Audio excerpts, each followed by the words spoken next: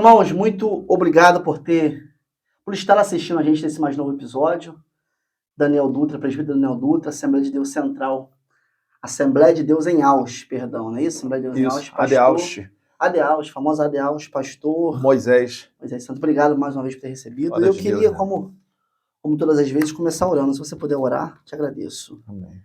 Sublime eterno Deus, Pai Celestial, estamos aqui, Senhor, mediante esse podcast, Pai amado, para falar de Ti, para falar das Tuas maravilhas, testificar das Tuas bênçãos, falar dos Teus projetos, Senhor, esse projeto que é dado ao coração do Teu servo, Pai Celestial, para alcançar muitos, Senhor, que tiverem de alcance visual, do áudio. Senhor, abençoa essas vidas, Senhor, que vão ouvir, Senhor, que vão ser alcançadas por esse projeto. É o que eu te peço, te rogo, já te agradeço, em nome de Jesus. Amém. Daniel, eu gosto de começar aqui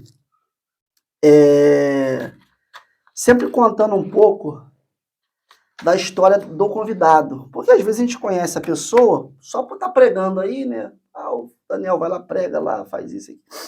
Eu gosto de voltar um pouquinho até para poder apresentar a pessoa, ver a história, de repente passado um pouquinho conturbado, vale de testemunho. Eu gosto de um pouquinho lá. Como é que foi a infância de Daniel? Começou na igreja? Como é que foi essa história aí? Conta um pouquinho pra gente aí, um pouquinho da tua história. Pablo, começou na igreja, sou de um berço evangélico, nós éramos da Obra e Restauração em Anchieta, congregamos até na Obra e Restauração por 10 anos, e depois viemos morar em Aus. Mas passado-se o tempo, uns 16 anos, eu não tive muito nos caminhos do Senhor, mas também não me afastei da presença dele, mas não estava muito firmado. Fui me firmar praticamente com 21 anos, quando voltei para os Novos Convertidos, e ali me batizei em 2002, participando do grupo jovem, até chegar ao ministério de obreiro, diácono, e ao presbitério. Isso foi por volta até do ano 2013.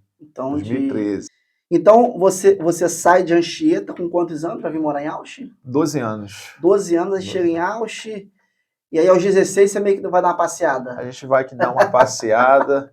E comecei outros projetos. Eu comecei a treinar futebol até os meus... Comecei com 16, 17, juvenil, júnior, e com 18 anos eu profissionalizei. Qual clube?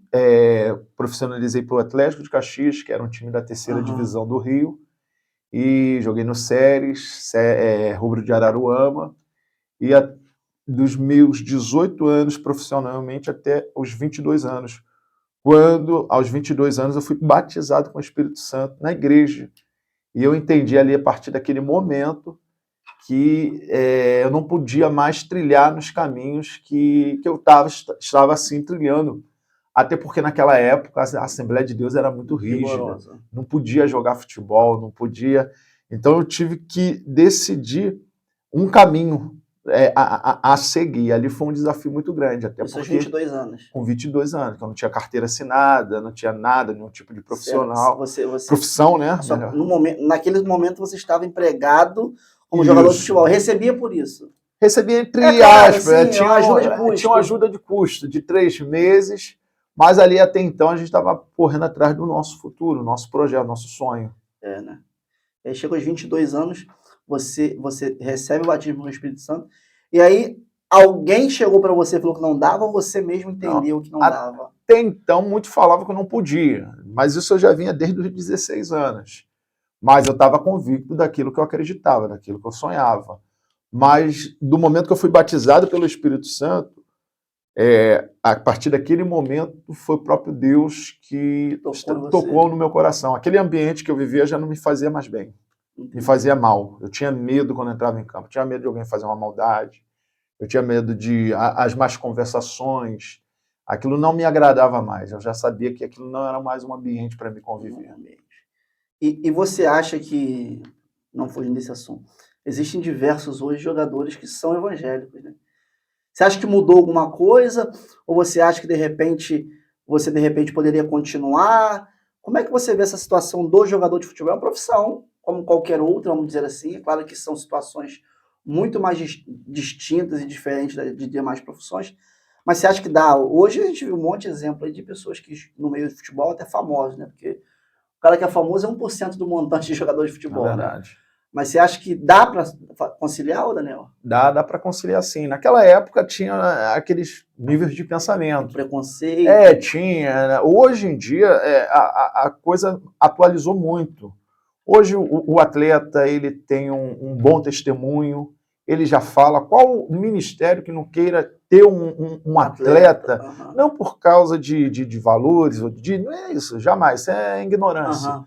mas pelo fato de alguém dar um exemplo, um atleta que possa dar exemplo. Na minha época, quando eu estava treinando, surgiu o Atleta de Cristo, que era liderado pelo tetracampeão Jorginho. Jorginho. Ele era o técnico, então ele liderou isso na época no Rio de Janeiro, vários atletas de Cristo, e foi ali um movimento nesse nível de pensamento. Acho que é o esposo da Aline Barros, como é que é o nome dele? Gilmar. Gilmar também fazia parte? Fazia parte também, na época também pude ver ele lá, Aham. auxiliando esse time lá, dando algum tipo de palestra. Então, hoje em dia, qual ministério não gostaria de ter um atleta, uma referência? Até para a juventude, né? Olhar hoje você não praticar um esporte é um nível de ignorância. Com certeza. Pela saúde você deve praticar, saúde, é isso aí. praticar um esporte. Nem que seja uma caminhada, eu tô Com precisando certeza. E aí você se batiza nas águas com qual idade? Com 20. No caso, eu batizei com 21 anos. Tá. E quando você sai lá de Anchieta, a Igreja Geral da Restauração, a Igreja de Anchieta era... Obra e restauração. Era bem rígido. Em relação à Assembleia de Deus, era mais rígido ainda. Era mais rígido ainda. Era do véu, do ósculo santo, lavava-se os pés. Quem conhece a obra e restauração sabe que era hoje não tem tantas. Assim, eu acho que são mais pontuais, né? São muito poucas. São poucas, mas ainda assim as que tem continuam na mesma... Continua. Algumas referências eu posso até fazer, umas que o pessoal muito caminha, obra e restauração, Portão de Ferro, que é o pastor Jorge. Sim. Obra e restauração também no São Carlos, que é o pastor Bruno, boas referências também. Referências, né? E aí cada um, dentro do seu costume, da sua doutrina, caminhando para o céu, né? Quem somos nós para poder fazer isso. E aí você começa, hoje a gente conhece o Daniel que prega, que faz missões, mas quando você entendeu o seu chamado? A partir do momento do batismo com o Espírito Santo? Porque assim, a gente como jovem, a gente às vezes fica meio perdido. O que eu vou fazer? Eu tentei tocar instrumento, até você tá vendo aí, Daniel, tá vendo ali? Então, 2, 3 instrumentos aqui. Muitos instrumentos aqui. Aí eu não toco nenhum, tá a banda aqui no estúdio, né, entre aspas. Mas não deu certo, quer dizer, se eu pegar o instrumento, vou arranhar um pouquinho, mas não deu certo. Como é que foi essa sua trajetória? Você pensou, poxa, eu quero ser pregador, eu vou cantar, eu vou ser só um de banco, que não existe de banco, né? Mas como é que foi essa situação? Isso começou com 25 anos, 26 anos, quando eu estava ajudando na oração de jovens, fazia parte... Já na Assembleia de Deus? Já na Assembleia de Deus, ali no pastor José Augusto Nunes, na primeira Assembleia de Deus de Alves. Então eu entendia que Deus tinha um projeto na minha vida. Eu entendia que da onde ele tirou, como eu treinava, jogava... Eu achava que com 40 anos eu não estaria na presença de Deus, na minha visão. Eu entendi que com 26 anos eu precisava fazer algo diferente. Então, aquilo que era focado um pouco fora do templo, dentro de 4 paredes, aquilo me encantava. O que me chamava muita atenção? Quem pregava no trem, eu gostava de ver as pessoas pregando no trem. Eu tinha vergonha, até então, no começo, porque eu tinha medo que alguém me chamasse para pregar. A perna tremia. Só que uma certa vez o pastor Reginaldo, ele, vambora ali, me pegou pelo braço. Quem conhece o pastor Reginaldo, ele é daquele jeito, que é o terceiro vice-presidente da Assembleia de Deus de Alves, ele me chamou, vamos embora. Aí a gente fomos lá, fui assistir o culto do trem, dali eu fui assistindo, até que a partir de um momento alguém falou, você está com oportunidade. Ali foi começando, eu comecei a tomar gosto mesmo, os trabalhos missionários, coisas voltadas, fora de 4 paredes, tipo uma evangelização urbana. Aquilo começou a me impulsionar e motivar muito mais na presença de Deus. Aí você disse que era tímido no sentido de, poxa, eu tenho vergonha disso, né? Como é que foi saindo essa timidez? Foi ao longo do tempo? Você acha que foi um chamado de Deus que realmente tirou isso? Foi o chamado de Deus. A Bíblia diz que os tímidos não herdarão o reino. Não vão, não vão. O interessante, não é porque você é tímido na sua casa, na escola, que você vai não é esse sentido de timidez, né? É a timidez no sentido de se acovardar de pregar a palavra. Esse que é o sentido dessa timidez. Como é que foi essa saindo e indo embora? Foi aos poucos, basicamente foi no trem. O trem foi uma escola. Que eu, apesar de ser tímido, ali quando a gente tinha a oportunidade, a gente ia aprendendo aos poucos, falando aos poucos. E o que me chamava a atenção, que aparentemente, entre aspas, quando a gente começava a falar no trem, parecia que ninguém estava vendo, parecia que ninguém estava te ouvindo. Mas chegava no momento que você prestava atenção que todos estavam te ouvindo, todos ouviam a sua voz. E ali foi ao longo de quase 7 anos pregando no trem. Dentro do trem, 7 anos pregando. Todos os dias. Praticamente, tinha que subir, tinha dia que a gente pregava de manhã no horário do pastor Carlos, que era o pastor ali da igreja Betsaida, que é o pai do evangelista Cidinho. Sim, está lá em Minas agora. Isso. E a ele, juntamente com o presbítero Pedro, eles tinham um horário, aí eu botava para pregar. Quando eu perdi o horário deles, eu ia no horário do evangelista Jaci, colocava para pregar também. Quando eu perdi os 2 trem, eu ia no horário do presbítero Marcelo, na época ele era presbítero. Pregava também. Aí na volta, o horário da missionária Matilde, pregava também. Quando eu perdi o horário da missionária Matilde, que era de 7h15, já tinha um outro horário que botava a gente para pregar também. E ali foi aprendendo, foi desenvolvendo, a timidez foi indo embora. E aí você andou essa situação. E aí você meio que descia todos os dias, né? E aí você tinha 26 anos, basicamente. Não tinha para onde correr. Tinha que pegar o trem, tinha que pegar o horário... Tinha que falar e tinha que participar. Não tinha como correr. E aí, você é filho único, como é que é? Não, no caso... São quantos lá? São 2 irmãos. Um sim. já é falecido e eu tenho uma irmã de 52 anos. Mais velha. Mais velha. E eu sou o caçula. Sim. A sua mãe, irmã saudosa, Doralice, não é isso? Isso, irmã Doralice. Olhando para a sua vida de crente, né? A palavra é essa. Quais foram os aprendizados que ela deixou para você no sentido de fazer a obra, Daniel? Fazer a obra da forma mais simples. Minha mãe não tinha muito aquele glamour que tem que fazer, tem que agitar, não. Ela gostava das coisas simples. O que ela pudesse fazer, participar, se tinha um trabalho de oração que ela pudesse ali ajudar a participar, ela ia. Sem querer enfeitar o pavão. Sem querer enfeitar o pavão. O negócio era simples. Ela ia, não media esforço, não media a quantidade de pessoas. Se tivesse cheio ou vazio, ela gostava de trabalhar. Aquilo que impulsionava ela a fazer a obra de Deus. Você aprendeu um pouquinho com esse... A gente foi aprendendo um pouquinho. Era obrigado a aprender, né? Não tinha porque jeito. Hino da harpa aprendi com ela. Todos, né? Todos. Praticamente tinha que louvar 10 hinos da harpa por dia. Minha mãe tinha costume de 10, todos os dias, fazer a gente louvar. Dentro de casa, aqueles culto doméstico. E não tinha como. Não tinha pra onde correr. 10 hinos por dia eu tinha que cantar. E aí... Da harpa. E aí, se eu não soubesse o tom, tinha que saber o tom, tinha que saber a estrofe. E o pandeiro ia junto. Também. Se não fosse na minha cabeça, a gente ia adorando a Deus. Então aí você pegou um pouquinho. E aí, isso aí que você começa a desenvolver o ministério, 26 anos, 27, descendo. E aí, jovem ainda, trabalhando. E aí, como é que você já na igreja de Auschwitz ainda, Pastor José Augusto? Na igreja do Pastor José Augusto? Isso. Você passa um tempo na pastora Dalva? Não. A sua esposa que era de lá? Era de lá, da pastora Dalva. E quando a gente casamos, a gente fomos congregar num lugar neutro. Numa igreja... Que não era nenhuma nem outra. Nenhuma nem outra. E nós fomos congregar no Cacuia, juntamente com o pastor Joel. Sei. Passamos ali com o pastor Joel 2 anos com ele.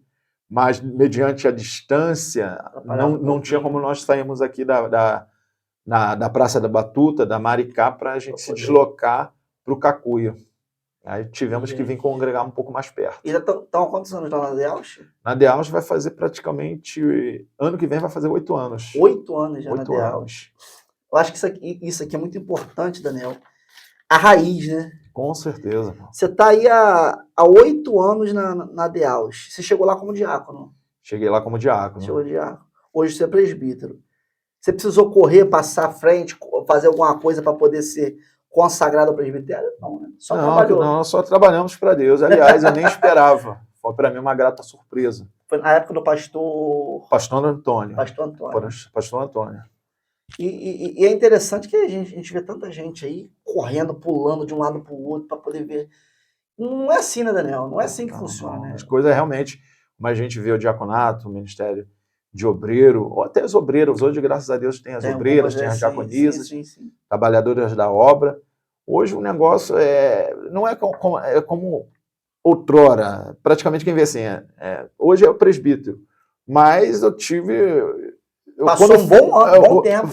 Como obreiro, foi praticamente 10 anos. Exatamente. A minha vida Entre inteira... 10 ou 11. A minha vida inteira eu nasci criado na igreja, fui consagrado auxiliar de trabalho, Assembleia de Deus tem auxiliar de trabalho. Passei minha adolescência, juventude quase toda, depois fui ao diaconato e pouquíssimo tempo ao evangelista.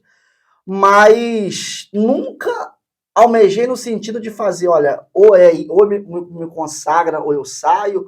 Nunca, de maneira alguma. Inclusive até hoje, assim como eu vejo que você faz, tiver que limpar um banheiro, eu limpo, tiver que ficar na portaria, eu faço. Trabalhar. Passar, porque assim, uma coisa que eu ouvi uma vez o pastor João Palharim falando, na obra de Deus todos nós somos diáconos, né? Porque o diaconato, o que é o diaconato? É o servir, é o trabalhador.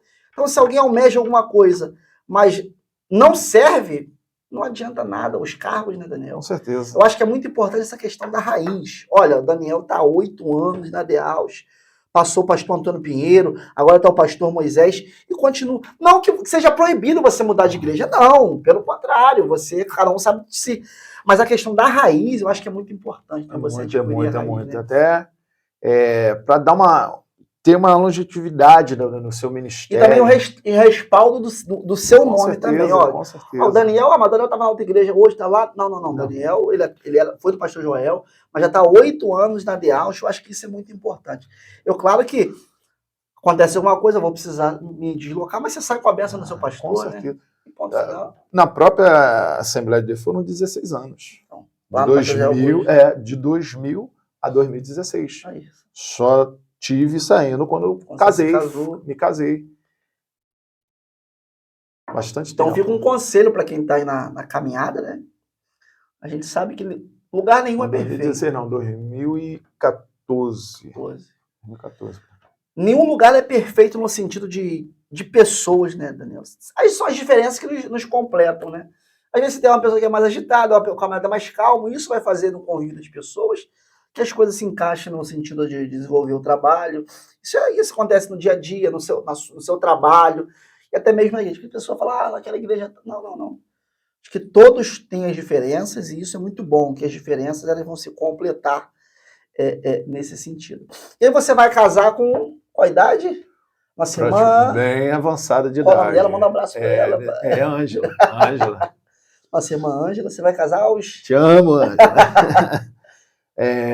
Eu casei praticamente, vamos completar 7 anos de casado. Mesmo tempo que eu, 7 anos. Praticamente eu casei com 32 anos.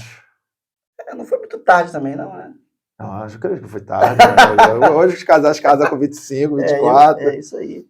E aí tem quantos filhos lá? São 2? Não, só um só. Tem de 4 anos. Qual o nome dele?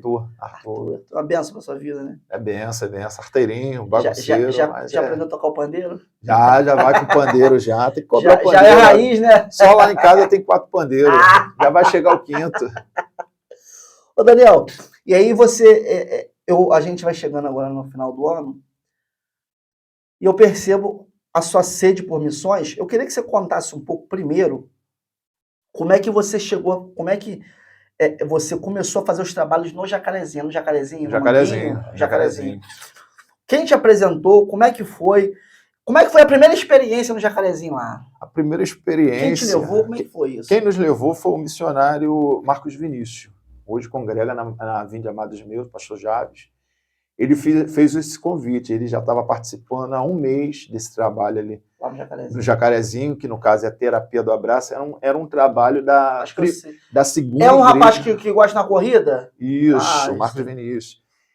Esse trabalho da terapia do abraço era da segunda igreja batista do Jacarezinho. Passado-se o tempo, esse trabalho se tornou-se um trabalho independente. E quando nós fomos lá, fomos apresentar a terapia, isso bastante tempo, foi no ano de 2004.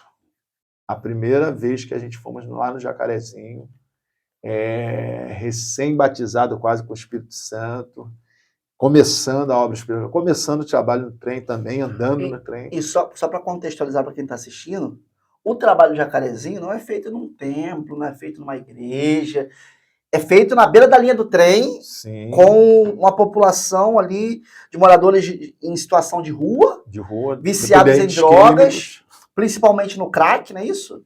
E como é que foi essa situação? Não foi fácil, porque a gente, quando tivemos a primeira experiência, foi assustador, porque a gente vê vários tipos de pessoas andando como zumbi. Né? Alguns vão falar como cracudos, né? A gente fala como dependente químico. Sim. Várias pessoas zumbi, jovem, adolescente, crianças, senhores idosos andando como zumbi, pá. Zumbi mesmo, atrás da pedra, alguns fumando, as pessoas que estavam lúcidas. Mulheres grávidas. Vários tipos que você imaginar, um lugar mesmo tenebroso, assustador. E ali a gente foi, a primeira vez foi muito assustador. E você tinha Não deu vontade de voltar. Não deu vontade de voltar. Eu não queria estar ali. E assim, quando você chega, você vê aquele cenário. O que eu estou fazendo aqui, né? E como é que você volta? Você voltou por quê? Voltou para adrenalina, eu vou falar uma adrenalina pentecostal, né? Uma coisa de Deus mesmo. Primeiro que é um lugar. Como é que era o trabalho, para a gente poder contextualizar? O trabalho é o quê? Como, fazia o quê? O trabalho ele era voltado a evangelizar e tirar as pessoas dependentes químicos. Só que o trabalho ele não é, ou até hoje não é só voltado aos dependentes químicos. É um trabalho que é de uma envergadura que abrange toda a comunidade. Ela vai desde os dependentes químicos, como vai no tráfico, vai nas bocas, sim, evangeliza todos que estão ali. Então abrange aquela comunidade toda. Então é um trabalho um pouco árduo, porque pode haver de tudo. Na época tinha operação. Pode haver um confronto, mas você está dentro. Uma operação, uma invasão da polícia. Facção, acho que facção é difícil, por ser o Jacarezinho, Manguinho, de uma só facção. Ali do lado também Bandeira 2, uma só facção. Mais à frente, que é a Mangueira, mais uma facção. Só uma só facção ali dentro. É muito complicado. É complicado haver a invasão de outra facção. Mas da polícia, do próprio BOP fazendo as operações, é constante. E aí antes da pacificação da UPP. Sim. E aí você volta a segunda vez, vou voltar lá. Novo. A gente foi gostando, não teve como não gostar. Foi aquilo que eu precisava, aquilo que estava de encontro, aquilo que eu almejava. Um trabalho urbano, um trabalho que não fosse voltado para quatro paredes, mas sim fora. E aí, Daniel, você chega lá, novo, recém-batizado, e terapia do abraço. Você lembra alguma situação no qual, acho que todos os dias que vocês iam lá eram lágrimas derramadas, tanto por vocês quanto por eles, né? Histórias. Com certeza. Tem alguma história que você se lembra que te marcou? O que me marcava muito, ou me marca até hoje, é ver essas fotos. Desaparecido. Olha, sumiu, não foi visto. Não acha mais. Não acha mais. E quando a gente chegava lá, gente via essas pessoas desaparecidas. E muitos na época até de Asti. A gente via muitas pessoas que estavam desaparecidas em Asti, mas pessoas que tinham problemas químicos. Uhum. Quando a gente chegava nessas localidades, estavam lá. Eu acho que e a família não sabia, né? E a família não sabia. O que nos restava era avisar. É complicado, né? Porque é uma decisão da pessoa, mas assim, meio que sem o pensamento pleno, né? Porque a pessoa vai em busca de drogas, E como é que era isso? Você já viu muita gente ali naquela situação deplorável, mas você lembra de pessoas que, através do trabalho, conseguiram sair daquela vida? Como é que era essa situação? Várias pessoas. Ao longo desse tempo, de quase 19 anos lá, vendo esse trabalho, várias pessoas já saíram naquele lugar. Saíram, é meio que relativo. Muitas pessoas saem e retornam para aquele lugar. Mas se for ver uma probabilidade de porcentagem, 50% sai daquele lugar. De muitos que são alcançados, 50% sai. Porque tem um desejo, passa pelo tratamento, faz uma triagem. A triagem, como ela funciona? A terapia tira as pessoas ali, aqueles que queiram sair. Compulsivo, né? Eles podem estar naquela se utilizando de droga, mas no momento que passa, ele vai procurar Ele vai o procurar. endereço, porque ele vai precisar de ajuda, Claro. ele vai atrás de ajuda. Então, ele é feito com ele uma triagem até chegar o centro de recuperação, e tem que passar por uma triagem, até para ver se ele tem passagem criminais, tudo isso, e entender ele. Aí ele passa pelo aquele processo ali de triagem, e ele, o maior desafio é para ele, é ele se adaptar às normas da casa. É ele E se essa adaptar. casa é uma casa, são várias. São várias casas. É ele entender que ele tem que cumprir regras e normas, que é do centro de recuperações, que vão tratar ele até quimicamente, como também espiritualmente. Ô Daniel, a incidência de pessoas naquele ambiente que eram desviadas da casa do Senhor. 90%. 90%. Ali é ex-pastor, ex-missionário. Tem pessoas também que foram ali evangelizar e não conseguiram voltar para casa. Eu acho que essa risada é um sentimento, na verdade, de perplexidade, no sentido que a gente acha, Daniel, que quem está lá é aquele cara que nunca teve encontro com a palavra, né? Não. É o cara que não conhece a Jesus, é a pessoa que nunca teve encontro genuíno com Jesus. E quando a gente observa isso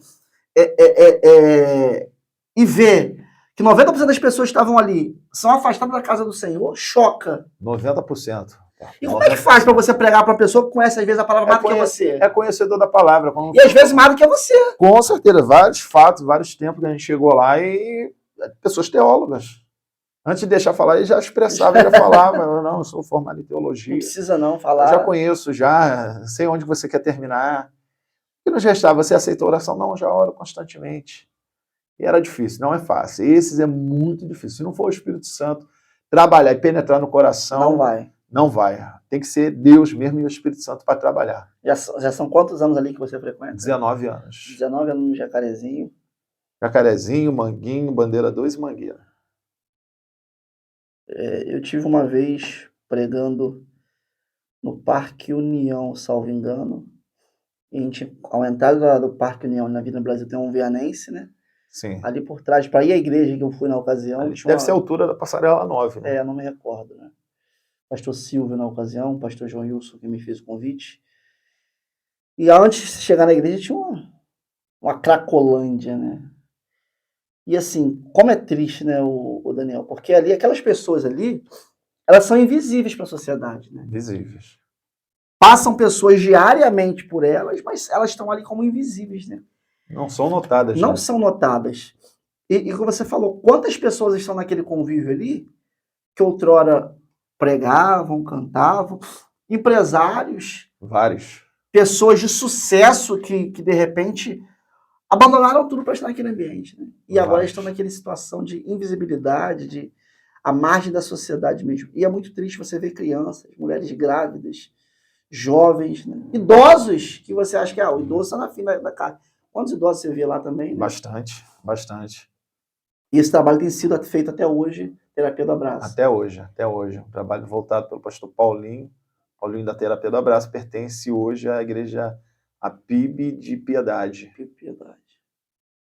É um trabalho que virou meio que interdenominacional. Isso, abrange a todos, até internacional, que tem várias equipes que vêm de fora, que vêm dos Estados Unidos para ajudar ali a participar, e tem sido bênção ao longo desses anos. As pessoas têm sido realmente alcançadas, e vale a pena, Daniel? Vale a pena. As almas, ainda que tivessem 100 pessoas e uma só fosse alcançada. Na maioria das vezes isso. Jesus foi na cidade de Gadara para buscar uma vida, para quebrar lá aquelas correntes. Do demônio de Gadara. Por causa de uma alma. Vale a pena. Vale a pena. E você acha que todo mundo, eu digo todo mundo assim, aqueles que estão hoje no meio do evangelho, vamos dizer, na minha igreja, na sua igreja, estão prontos para fazer esse trabalho?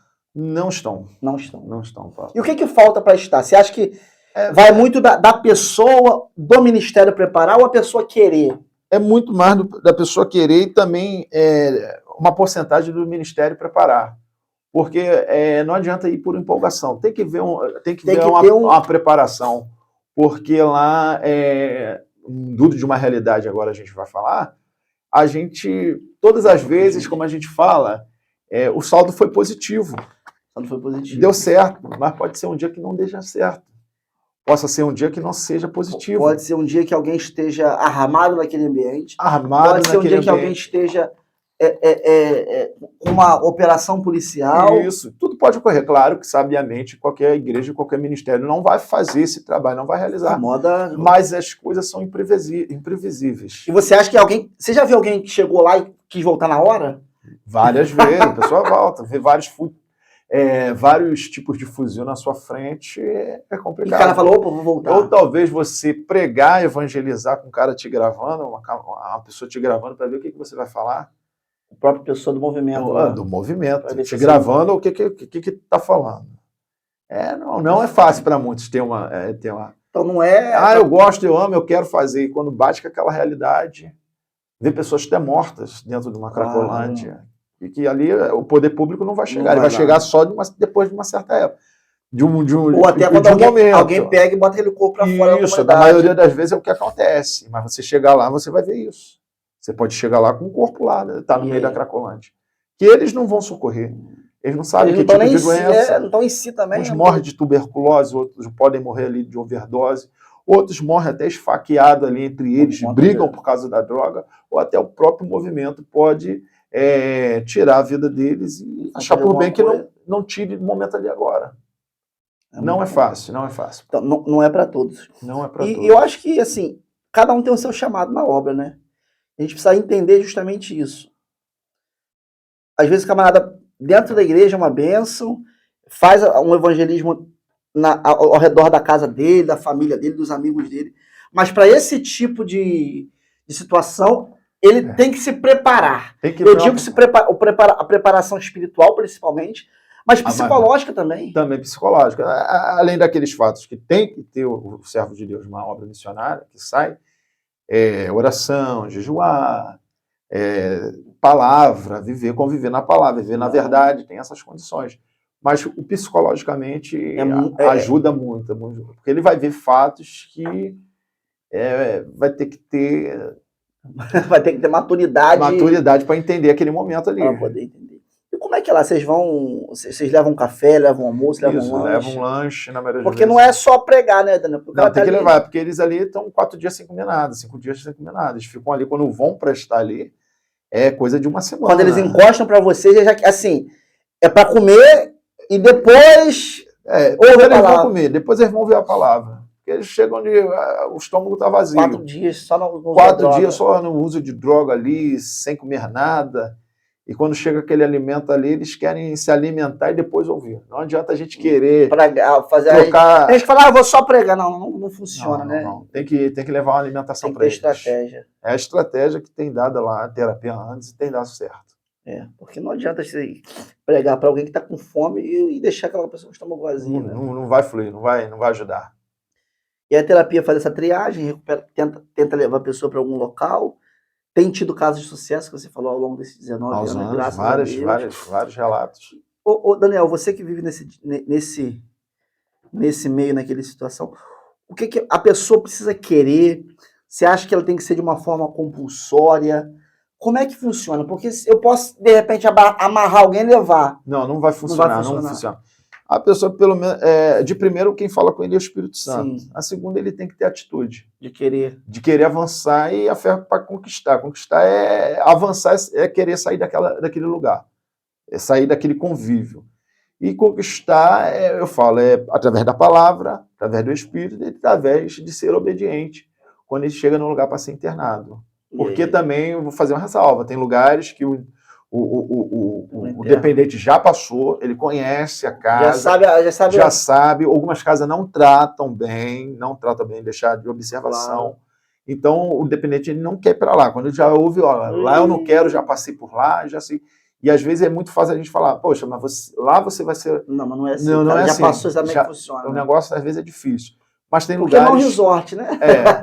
Tem lugares que funcionam, tem lugares que realmente são tementes da palavra de Deus, não tem brincadeira, tem projeto, tem objetivo de recuperar pessoas, que vale a pena. Mas também é essa ressalva, essa observação que eu deixo. Tem lugares que não é para levar realmente o dependente químico.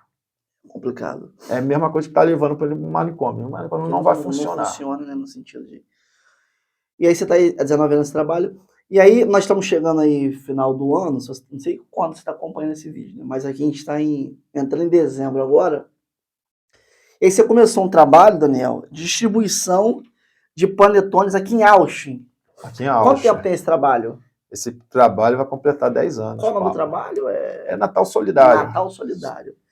E aí, como é que surgiu essa ideia? Ele surgiu através também do nosso amigo Marcos Vinícius. Eu e ele tivemos, porque a gente tinha um trabalho também de evangelismo em Austin. Sim. A gente tinha um grupo pregadores do panfleto.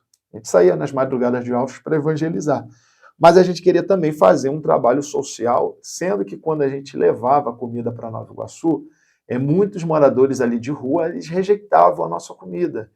Mas não porque estavam rejeitando. Quando a gente olhava para eles, já estavam com as suas quentinhas. Tá. Então aquilo trouxe para a gente um foco. A gente precisava levar alguma coisa diferente. E como na época estava surgindo o Natal Sem Fome, que fazia a mesa, a gente não tinha estrutura para fazer mesa, montar uma logística grande ali. Então Deus nos deu essa estratégia, panetone. Aí começamos a levar panetone para a rua, os moradores de rua, e começou a dar certo. Só que uma certa vez, no segundo ano, a gente estava... Nova Iguaçu. Ali perto da Estrada Popular. Isso, não, a gente rodava Nova Iguaçu toda. Ali pelo menos no centro. Uhum. E teve no dia que sobrou panetone, no segundo ano. E quando no segundo ano a gente foi distribuir aqui em Austin. Vamos distribuir para as crianças. Claro. E trouxemos bastante panetone. Na época acho que foram uns 200 a 300 panetone. Só que quando a gente chegamos com esses panetones para as crianças, a gente pensava que ia vir 1, 2 ou 3 crianças. Veio realmente 300 crianças. Foi a conta exata, certo. A medida certa. Num só local, né? Num só local, praticamente. Foi 2 locais que a gente fomos. Um local a gente atendemos 150, outro lugar quase 150. Então foi os 300 panetone que sobrou. Ali, a partir daquele momento, a gente entendemos que deveríamos dar uma atenção maior para as crianças. Para o bairro que você morava. Para o bairro que a gente morava. E a partir já do terceiro ano, os panetones já eram voltados para as crianças de Austin. 10 anos já. 10 anos. E assim, nós estamos em 2000... Volta a repetir, nós estamos em 2023, não sei quando você vai assistir esse vídeo. Mas teve um ano que você falou, rapaz, não vai dar. Vai ficar difícil. Eu vou falar, ser bem sincero contigo, ô Pablo. Todo ano.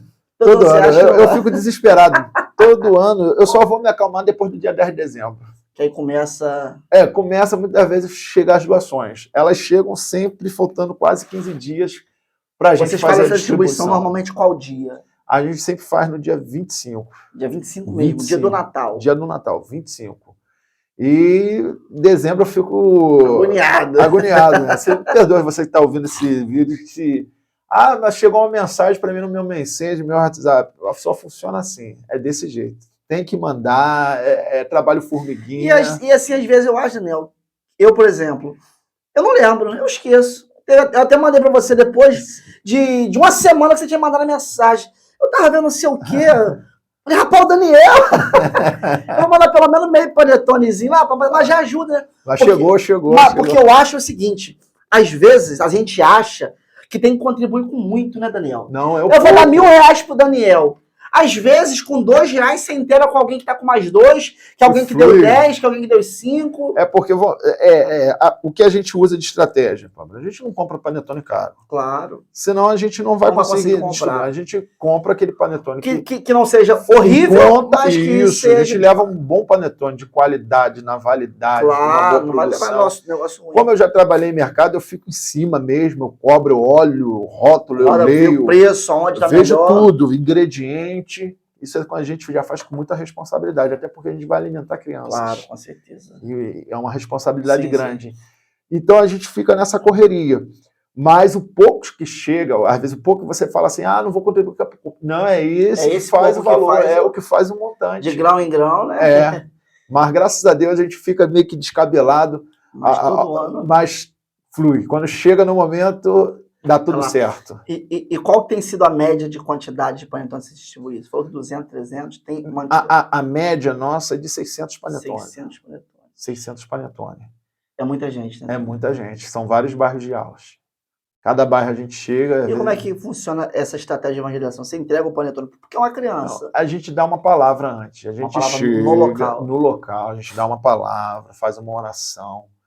Uma palavra pelo menos de 5 minutos, 7 minutos, a criança já ouve, e ali é feita a distribuição. Ele leva esse panetone para casa, ele leva para os seus irmãos, e aonde a gente chega, graças a Deus, Pablo, nunca faltou um panetone para uma criança que chegou, acabou, não. Sempre tem um panetone para essa criança. Não importa o tamanho da fila, ela vai ter o seu panetone. Trabalho já vai para 10 anos. 10 anos. Deixa eu só ver uma situação aqui que alguém me ligou, mas depois eu vejo. Já passou. Quais bairros normalmente você roda em Ausch, Daniel? Praticamente todos. Porque Ausch é grande, mas você Ausch consegue dar um pedacinho de cada um. Ausch é grande. Vários bairros. A gente procura todo ano, pelo menos, não voltar no mesmo que a gente fez no anterior. Claro. A gente procura sempre em um outro espaço, mas praticamente alcançar Ausch todo. Não tem um lugar que a gente não chegue em Ausch. E Daniel, hoje o Natal Solidário do Panetone tem sob liderança você? Tem mais alguém? Tem várias frentes, várias denominações que ajudam. Então isso é muito bom. Porque... É um trabalho, como você falou, às vezes as doações vêm de Ausch como vêm de fora. Vem doação de Portugal, vem doação da Inglaterra. França já é certo. França é o pessoal lá que esse já é um amigo certo que está lá. Esse já manda, né? Já por ética, anos, sempre nos apoiando aí, nos patrocinando nessa obra. Sozinho a gente não faz a obra. Sozinho, no começo não foi fácil, porque pedir... É complicado, pedir é complicado. Eu não sei pedir, a gente não sabia pedir, mas eu tive que falar, não, uma causa nobre, né? Causa nobre, eu vou ter que aprender a pedir. Eu aprendi a pedir. Eu não peço nada no ano. Nada. Mas para chegar em dezembro, eu pedi o panetone. A gente vai dar... Só beber uma água aqui, eu queria pedir para você que está acompanhando esse vídeo, espero que ainda em dezembro, que ainda dê tempo. Vai dar. O Daniel, eu trouxe ele aqui porque eu conheço ele há alguns anos já, conheço a sua história, a sua índole, sei onde mora, com quem é casado, pastor que congrega. Então, se você quiser doar um panetone... Quanto custa um panetone hoje? R$ 7,90, mais em conta. Mais em conta. Se você quiser doar um panetone hoje, vou deixar a chave aqui. Posso dar a chave Pix? Pode. No lugar da tela aqui. Você doar um panetone e eu assino embaixo que todo o valor que vai ser destinado para essa conta será revertido para a compra do panetone. E ainda mais, no dia que é feita essa distribuição, ele faz filmagens, faz fotos, faz divulgação, prestação de conta desse panetone. Então, se você quiser ajudar, cooperar com esse trabalho, que é um trabalho de evangelismo, sim, mas também que alimenta pessoas, né? Várias. É um trabalho que você está, às vezes, trazendo alegria para uma família que, às vezes, não tinha nada para comer. Não tem criança. Quantas crianças? Muitas crianças que não vai ter um panetone. O pai, às vezes, parado, está desempregado. Não tem como. E às vezes a alegria do Natal dele é aquele panetone. Às vezes a criança espera aquele momento de comprar um panetone, ter o panetone, e graças a Deus a gente consegue levar esse panetone. E às vezes até dar um alívio para esse pai que está parado, que está desempregado. Com certeza, porque... E na parte espiritual, você percebe que tem um retorno no sentido da criança ouvir a palavra, da família. Porque ela entende que a igreja de Cristo está ali. A gente está trabalhando ali. Ela representa o próprio Deus na terra. Ela representa. E quando a gente vai voltado o sentido mesmo desse trabalho, desse projeto, é uma evangelização. Claro, o panetone é uma estratégia que a gente tem de se achegar perto das crianças. Não chega. Senão não chega, porque a gente preferimos... Pode dar brinquedo, panetone, enfim. Mas são estratégias que a gente usa, igual você falou do dependente químico. Ele está com fome há 4, 5 dias. Se você for levar só a Bíblia para ele, e que fique claro, a Bíblia é o suficiente para nós. Mas para aquela pessoa que está 4, 5 dias sem comer, ela precisa se alimentar. Com certeza. E o papel da igreja justamente é esse também. Bastante tempo, precisa. E o panetone é uma estratégia que a gente usa para chegar na criança e poder falar a palavra de Deus. Para poder realmente alcançar aquela vida. E é um trabalho muito bonito que o Daniel tem feito aí. Já são 10 anos, né? Mais velho que seu filho. Mais velho que meu filho. Agora ele tem ido comigo. Ano passado foi comigo. Ajudou a distribuir tudo. E muitas igrejas em Ausch, de fora, você falou que é meio que cada um ajuda um pouquinho. Cada um vem, de uma igreja vem para ajudar. Vários irmãos vêm, às Você que vezes... é pastor, você que é líder, tá aqui Pode também. ajudar, às vezes, Deixar o contato aqui, inclusive. Porque ajuda muita a gente na organização, para formar as filas, para dar uma palavra, um puxa um louvor, Deixa isso o ajuda contato do muito. Daniel aqui para você também que Tá quer convidado a doar, quer participar, quer chamar ele para pregar, contar um pouco do testemunho dele. Tá aqui o contato dele em algum A lugar gente aqui na tela precisa aí da ajuda, não só do Panetone, mas ser voluntário também nessa obra aí. Porque realmente... Porque criança a gente precisa de atenção. Porque quando também a gente chega, o Pablo, tem um trânsito, tem criança que às vezes atravessa a rua, então a gente precisa... Tem que orientar e a gente precisa... É nessa que a gente tem que ter bastante atenção. Porque lidar com criança, a criança atravessa, não olha. Então às vezes a gente precisa de obreiros atentos nessa questão aí. Ano passado tivemos ali no Cacuia bastante criança, não foi poucas crianças, foi mais de 100 crianças no Cacuia. E chegou um momento que estava vindo crianças do outro lado, então a gente tivemos que dar uma atenção, tivemos que parar a distribuição para deixar aquelas crianças atravessar. Eu larguei os panetone, o evangelista e o presbítero largaram o panetone para a gente chegar ali no trânsito e atravessar aquelas crianças, mas a gente precisa de ajuda. Toda ajuda é bem-vinda, Daniel. Toda ajuda é bem-vinda. Hoje você serve na Assembleia de Deus em Adealto, pastor Moisés, né? E tem um trabalho também que eu culto no portão, né? Como é que é esse culto, Daniel? O culto no portão é bênção, é o culto do passado, que sempre teve, né? O ar na livre. Porta da igreja, na porta dos lares, como é que é? O projeto começou na porta dos lares, mas como o pessoal tem pedido muito, a gente tem feito na nossa igreja, na parte de trás, na congregação, no portão. Jardim Olívia. Jardim Olívia. E é um trabalho voltado mesmo naquele molde, bem antigo. Sai das quatro paredes, bota ali um trabalho no portão, ali a gente faz a evangelização, ali a gente pregamos, louvamos a Deus, trazemos a palavra. E ficou um trabalho muito bom, um trabalho muito aconchegante. O pessoal gosta. Lembra muitas coisas do passado, aqueles ar livre, de dia de domingo.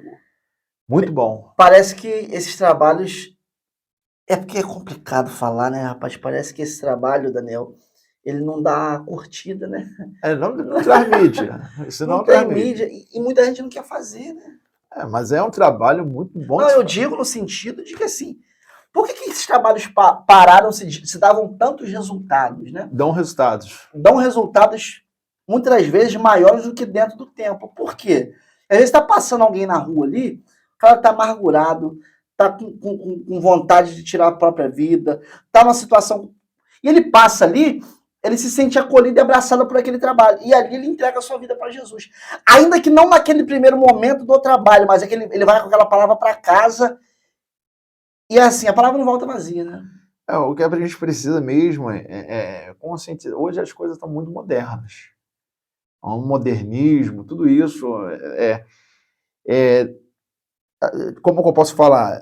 No passado, assim, as pessoas eram muito mais conscientizadas a entender que a obra missionária ela é tanto feita para fora como para dentro também. Não adianta a gente evangelizar nos Estados Unidos, na Europa, se a gente não evangelizar o vizinho. Isso aí é um ponto muito importante. A gente fala muito em África, e tem que pregar na África mesmo, tem que enviar missionários para lá, isso é essencial. Mas a gente tinha que ter um pouco de mais preocupação, por exemplo. Eu tenho vizinhos que são viciados em drogas, que a vida está meio que destruída. Você tem vizinhos assim. E às vezes a gente parece que essas pessoas estão invisíveis ao nosso lado, e às vezes a gente quer mandar recursos para outro lado do mundo, quando na verdade... A necessidade maior está do lado. Isso acontece muito, Voltando, a gente precisa de pregar realmente em outros países, em outras nações, em outros estados. A gente não pode esquecer que do nosso lado, nossa casa, tem alguém que precisa da palavra também. E esses trabalhos são de suma importância. Né? Com certeza, observa logo a necessidade do local. E às vezes o que a gente precisa, é observar a necessidade do local. Que a gente o nosso mundo às vezes fica muito dentro de quatro paredes. A gente não sai de uma calçada, a gente não sai na rua, a gente não conhece de ponta a ponta nossas ruas.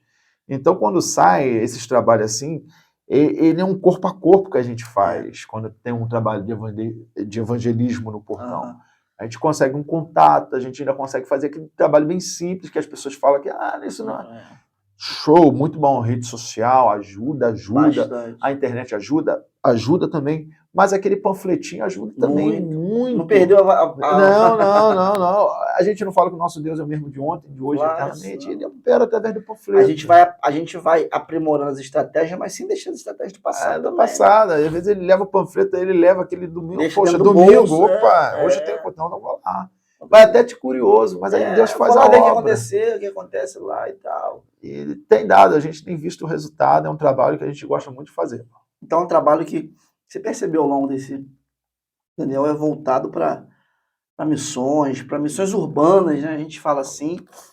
E já saiu do estado, Daniel? Vai para Minas, São Paulo? Já tive vários tipos de convite. Eu tenho convite já há 7 anos. Poder... Mas tenho recuado. Até a hora que Deus tem, até a hora que Deus dá uma apertada, eu vou ter que ir. Não tem para onde correr, não. Tem que correr, né? Fui chamar já para Portugal, uma certa vez já para os Estados Unidos, já para Ubá, Minas, Bahia. Só que eu tenho pelo fato de trabalho, eu não tenho conseguido, mas até que o tempo de Deus venha, vai se cumprir. Se cumprir, a gente vai. Vai ter uma hora que a gente não vai ter como recuar, porque não. É muito importante a questão da experiência, você passar para alguém o que você viveu, o que você vivencia, e multiplicar também as experiências no campo missionário, um pouco do seu conhecimento no Jacarezinho, no Manguinho, passar para outras pessoas nisso também, no sentido... Vai chegar uma hora que a gente vai ter que ir. Não vai ter jeito, Não vai ter jeito. Daniel, eu acho que é muito interessante o seu trabalho, o que você faz, uma pessoa extremamente simples, humilde, no ponto de vista da obra de Deus, não fica se prendendo a coisas materiais. Pregou diversas vezes na minha igreja, né? Eu acho que hoje a gente está muito, é o que você falou, a questão da modernidade. Eu lembro no passado, Daniel, chamava para pregar, tu só chegava lá e ponto final, né? É verdade. Vem pregar aqui, vou, ponto. Hoje, eu entendo o seguinte, eu preciso disponibilizar um meio de você chegar na minha igreja. Amém, beleza. Mas tem gente que coloca tanto empecilho, né, no sentido de, olha, para eu ir aí, você precisa fazer isso. Como é que fica a questão da disponibilidade para o reino? A gente bate no peito e fala que é servo de Deus. Mas o servo de Deus é aquele que não tem vontade própria, ele é mandado pelo seu Senhor. Aí eu convido Daniel, você vem? Olha, eu vou, mas aí você tem que mandar alguém me buscar a tal hora, você precisa fazer isso. Entenda uma coisa, entendo perfeitamente que eu preciso disponibilizar um jeito do Daniel chegar na minha igreja. Mas quando ele começa a colocar situações que vão dificultar a chegada dele lá, dificulta, né, Daniel? Eu vejo que essas pessoas assim, elas não sabem viver da provisão de Deus. Eles bargueiam, eles granjeiam aquilo que eles precisam, eles falam que precisa chegar, mas não vivem da provisão. A provisão é chegar, eu preciso chegar, eu vou chegar. Quantas vezes você já pregou e foi pregar de bicicleta? Várias vezes. Sem contar. Várias vezes. Várias vezes também que a gente foi, alguém falou assim, ó... Só vem. Vem, dá teu jeito. E dei meu jeito. Teve lugar que eu fui a pé, não tinha dinheiro de passagem. Apesar de estar trabalhando... Nem sempre. Mas é aquele negócio que tu pagou uma conta, tem que esperar o pagamento chegar para tu ter. Eu entendo que a gente precisa prover a forma de chegar.